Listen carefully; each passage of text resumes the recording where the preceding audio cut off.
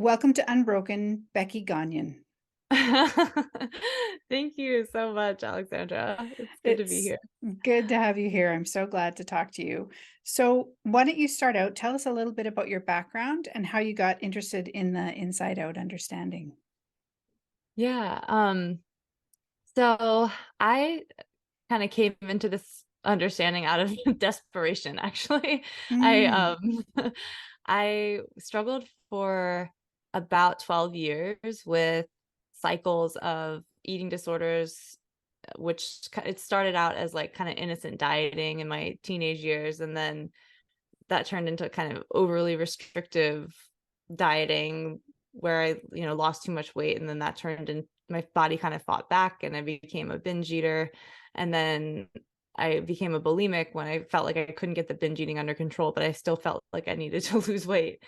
So I struggled with that. And then there was depression and anxiety in there too, sort of just this overall feeling of kind of feeling lost, not feeling like myself, whatever that meant, like feeling like, as one feels when they're just kind of over identified with their own mind. It's like, since the mind changes with the weather, like it felt like I changed with the weather and just kind of feeling like, I didn't know like why I was here. I always felt like I needed to lose weight or be better in some way or kind of prove my worth in some way. So I struggled with that for about 12 years and tried a whole bunch of things from traditional therapy to different like spiritual understandings, techniques, different types of diets. Like I thought that if I was just addicted to sugar or something or like some kind of food, and if I eliminated that, then all the problems would go away. But of course, none of none of that really worked. And just I happened to stumble upon Dr. Amy Johnson just from searching on Google mhm. for somebody to help me with binge eating. And I ended up doing coaching with her for I forget how long the package was. I think maybe 9 months or something.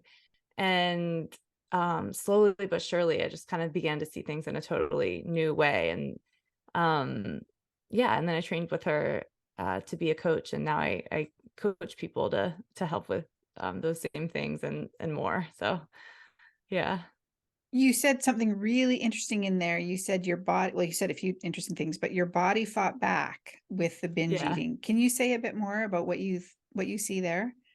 yeah.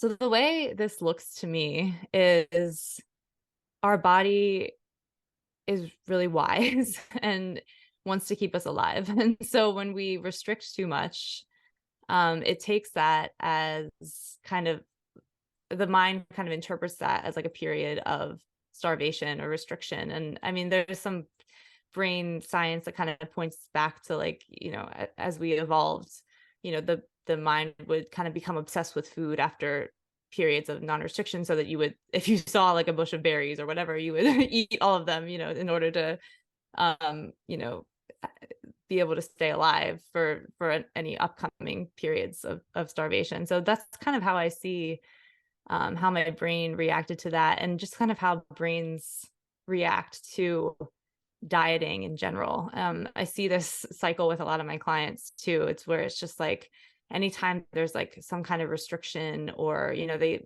are trying to lose weight, and so they'll go on some kind of diet that's either eliminating a ton of different kinds of foods or just not enough. They're trying to eat under a certain number of calories, and then binge eating is just sort of like almost like a natural rebound from that. So I just, yeah, that just looks kind of almost like cause and effect to me at this point. Yeah, I was Yeah. going to say and the way you're describing it, it just sounds completely natural. It doesn't sound unnormal when we're restricting so hard.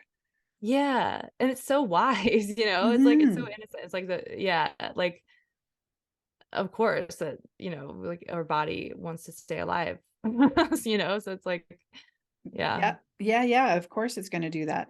And then Yeah. another thing I love that you said was that you said you thought that when your mind changed, like the weather, that you changed as well. For our listeners, can you describe what you mean by that? Yeah. So I guess what I see about minds is that they're always just kind of churning out information. They're like little computers that are just like they're always kind of making predictions, analyzing the past. They're just always like computing.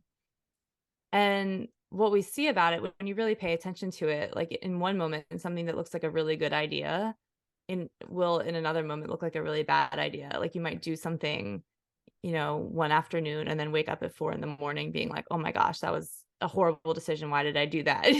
Like and I just, we see that about so many different types of things. And I think that's why, the people talk about how the ego is like inherently insane, and it like I feel like that's the mind too. It's just always in the moment, kind of just throwing out a bunch of ideas, and none of them are like true or like necessarily good or anything like that. It's just kind of churning. And so when we're constantly focused on the mind, when it looks like that's who we are, which to most of us it does look like that's who we are because it's there all the time. It's literally, in our head, like controlling the way that we see life a lot of the times. Like when we don't really see that there's another place to look, we feel kind of crazy. Like we're just going with, it looks like, that thing that we really, really regret doing, like was really wrong in this moment, and how could I have done that? And then the next thing you're doing it again. I felt this with food a lot, right? Like my mind would tell me that it was like the best idea ever to go and binge, and then 5 minutes later like beat me up for it. And it's like Hmm. it was your idea. So Right. Yeah. And yeah. how is that different from the constant that is you? Yeah. The constant to me sort of just feels like this like oneness essence, which sounds like what? Like if you're not, used to looking there. One way that I've heard it described that I really like is that it's kind of like the thing that's observing throughout your entire life, right? Like when you were a kid, it was there. It was like observing, and it was aware of everything that you were thinking and feeling and seeing and doing. And even though everything about you changed, including your body and your mind and your brain and your beliefs and your opinions and the fact that you have a name and all of those things, like even though all of that changed about you, it's still like you're still the one looking through the lens, So I think that's kind of like the easiest way to kind of get an idea of it. It's like that awareness of the whole thing. And I think when we sink into that, we kind of have this feeling like that thing is connected to everything, and it's sort of this peaceful presence that is never perturbed, um and can't be like broken or tarnished in any way. And so yeah, that's kind of what I what I see as that that real you. Or yeah. Hmm. Yeah. Yeah. And so then what do you see kind of leading on from that as the difference then between the other sort of techniques and modalities that you try to heal your eating issues versus this one? Yeah. there so there are a lot of things that are different. I think again, like that identification with the mind is really a key thing, seeing that we're not our mind.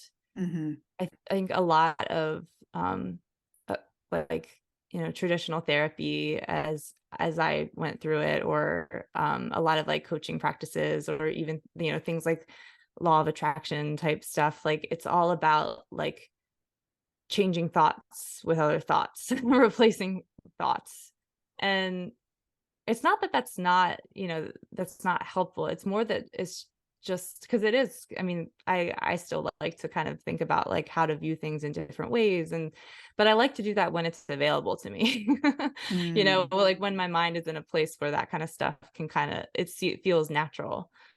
I think the main difference with this is seeing that like that mind is not you, and those thoughts aren't you, and those thoughts aren't true. So when we really see everything as that, um, yeah, everything changes. So I think another thing that kind of separates this understanding is, um, kind of along that vein, like we're not I don't really see us as being in control of our thoughts, even though sometimes it looks like we are. Sometimes, like I said, we can kind of try on new ways of thinking or whatever. I don't really see it that way. And that's something that's like, I think really different about this. Um, it's kind of like seeing our thoughts and feelings as the weather. Like no matter how hard we try, we can't change the weather. And if we do try to change the weather, especially outside in the middle of a storm, like it's going to be really, really, really frustrating and hard, and we're not going to get anywhere, you know? Mm-hmm. Um, so yeah, I think that was another difference. And then just the idea that like there's a home to kind of come back to, I think Mm. that's, yeah, like there's a peaceful presence, awareness that's just always there. Um, that's not trying to judge a situation, not trying to make it better, not trying to get you out of a habit or anything like that. It's just observing. And I think being able to come back to that is so cool, because even in those situations where you're like, why did I do that? Or man, I really wish I could do this thing, or I'm going to do this, or when we're kind of in that mind spinning place, we know that like there's kind of more to see. It's just that we're really pressed up against the glass. So yeah, I don't know. That was kind of an all over the place answer, but it basically comes down to like instead of adding on strategies, it's more of like a subtractive um, way of seeing things. Mm-hmm. Yeah. No, Yeah. I thought your answer was great. And I'd Mhm. love to know, your last point was about that sort of peaceful presence, that home base feeling. Was there anything that you did or saw that helped you to connect with that? Oh, that's such a good question. I honestly,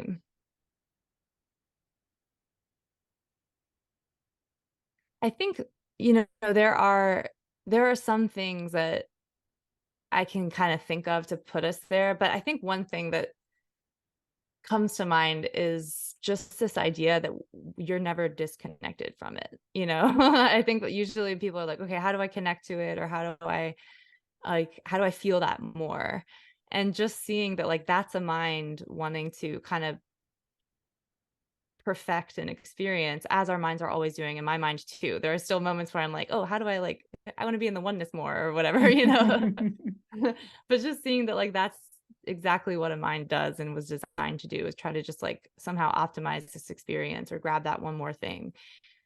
So just seeing that like even as we're asking that question, we're we're there. We can't be disconnected from it. Mm-hmm.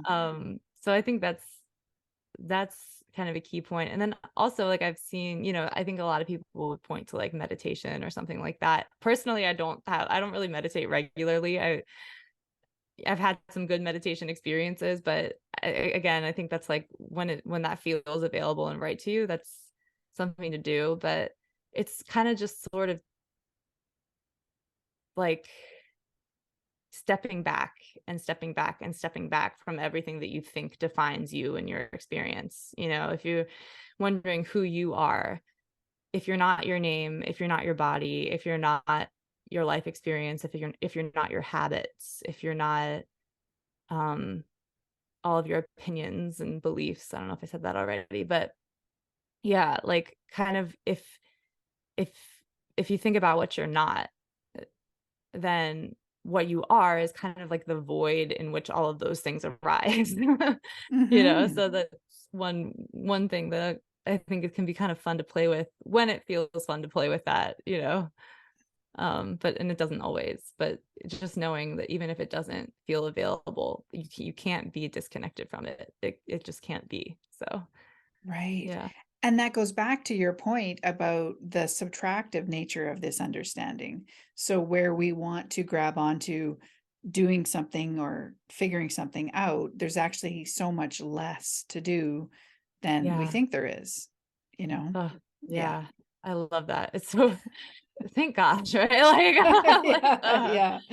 because it's so when we're just trying to like add, I mean, I see so much about like how to love yourself, and it's like all these practices, and it's like Mhm. all this like do this for 20 minutes a day and then do this and then affirm this and all that. And it's like, oh my gosh, like it's a full-time job sometimes it feels like. But when we realize like, no, it's so much simpler than that. It's really just right there in front of us or even just in us all the time. Um, it's so nice because we just like releasing is the way, and releasing feels so good. Mhm. Yeah. Yeah. Yeah, so true. Um, so let's talk about your work a little bit. You have a post on your website about guilt and shame around specifically around food, Yeah. and how, they aren't helpful. So can you tell us a little bit more about that? Yeah. I think we're used to seeing somewhere somewhere along the line we get told that guilt and shame are like really good motivators. Like I used to think that if I could like hate myself enough, then I would like have the motivation to like like starve myself more. You know what I mean? And I just don't see that as the way to lasting change anymore. You know, Mhm. it might influence behavior in the short term, but it doesn't it just doesn't work long term. And I think so with food especially, I think food is personally I think guilt and shame in any arena are actually not helpful. I know that can sound like a kind of almost like a controversial thing to say. But that's just how I see it. But with food stuff in particular, it's such a good illustration because the the a lot of the times the reason why we have any habit and food or binge, like comfort with food is one of those. Like it's because we're trying to avoid a painful feeling, really. It's like the mind's solution to like not feel something that's going on. And shame feels really, really bad, so that's something that we want to avoid. So what I see a lot of the times is like people will carry so much shame around their body, like not being good enough, needing to lose weight, needing to change in some way. And then they'll sort of like feeling all that heaviness that brings, has us reaching for that food. And then it's like just this double whammy because then you feel so much shame around like doing the behavior, right? And then that shame just makes you want to do the behavior more, so it becomes this like this just awful like spiral that just feels terrible. And yeah, I think in general like guilt and shame are just heavy thinking. Mhm. Like they're just um really like kind of some kind of replaying of like a painful past memory or belief. And we don't need to carry that around. In fact, and the ironic thing is when we're able to kind of release those stories a little bit or release our grip on them and feel whatever's coming up and sometimes do the habit, sometimes not, like whatever. But when there's not that like heavy energy around it like things fall away so much more easily. Holding on to any kind of thought pattern isn't gonna set you free. And it's sort of the opposite of freedom. So yeah, um that's how I view those things now. And do you find that your clients, have an easy time with letting go of shame and guilt, or is that something they struggle with? I think it depends. sometimes I think we're all kind of waiting for permission to not have to carry those around Mm, and just having somebody be like, "Hey, like, I don't actually think those are helpful or serving you in any way." It's kind of like, "Oh, like there's something in them that's kind of like, okay, good, but I think it can be hard, if it's something that's really that you felt for a long time, or especially if it looks to you, and it usually does look to them at first like it serves them in some way.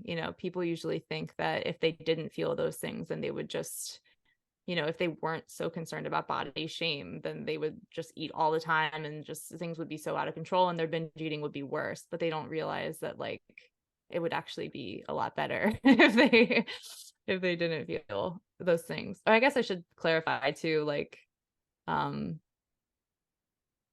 sometimes like those feelings come up when we're kind of programmed to feel them, like they're gonna bubble up. Maybe you eat something that you previously never allowed yourself to eat, and you feel like a shame response to it kind of come up in your body.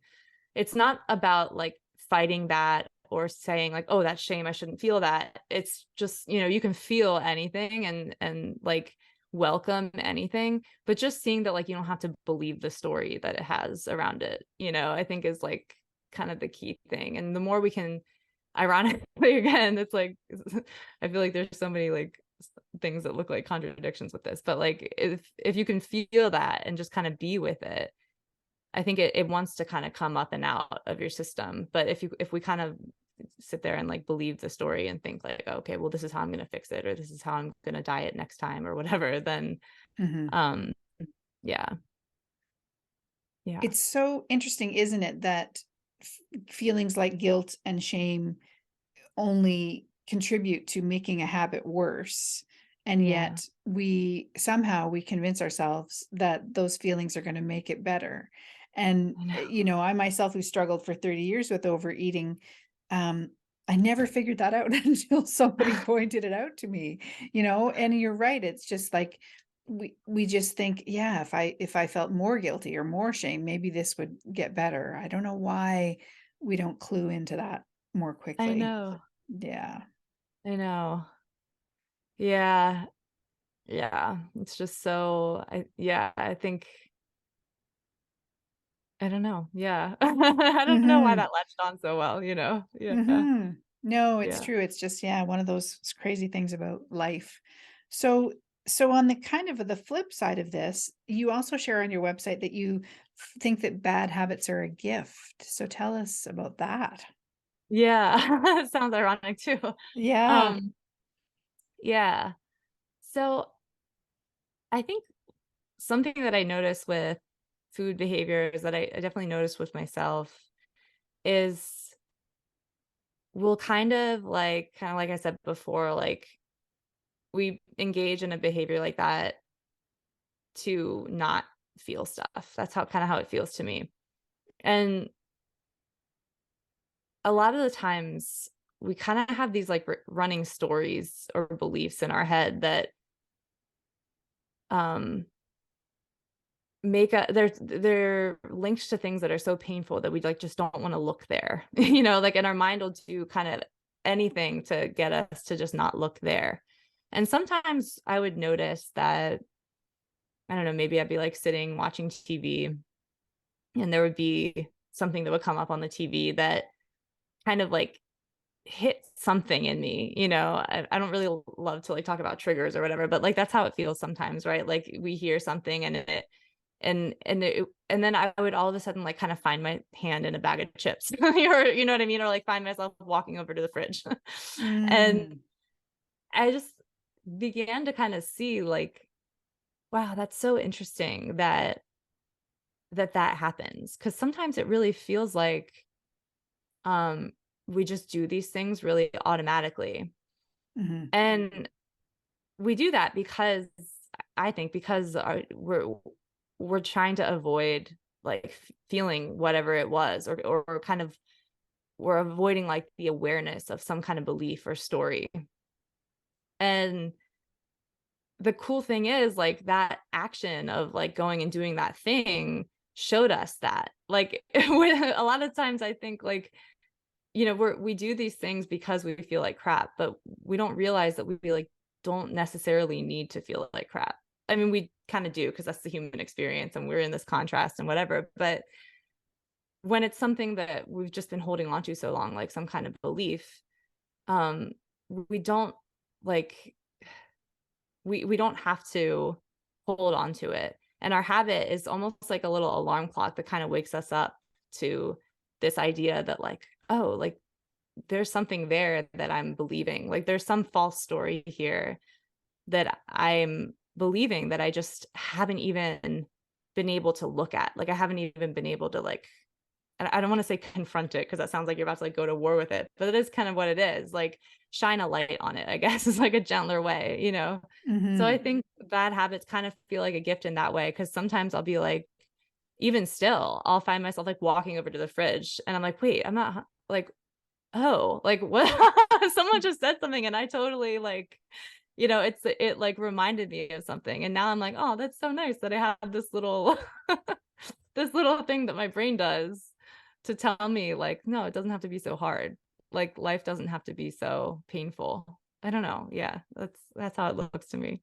No, I totally agree. Yeah, I sort of use the analogy of the check engine light, or Yeah. yeah, that uh, yeah, that those behaviors, because we don't like them necessarily, or they feel out of place, they are just like you said, a little alarm clock to wake us up to what's going on. Yeah. Yeah. Hmm. I love that analogy, Hmm. the check engine light one. Yeah. That's Hmm. awesome.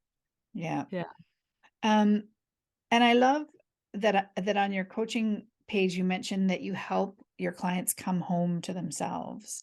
I just thought that was such a nice phrase, made me feel so good. So can you tell us what that means to you? Yeah. I think this is so the coming home to me, it just means coming back to, like we talked about, like coming back to that true you, which to Hmm. me is kind of that awareness. It feels to me like, and obviously I don't know if this is true, but it kind of feels to me like we kind of come into this life experience from the oneness that we all are. And we're seeking like contrast and we want to like kind of come into this life and play and like do all these kind of like individual looking things. And like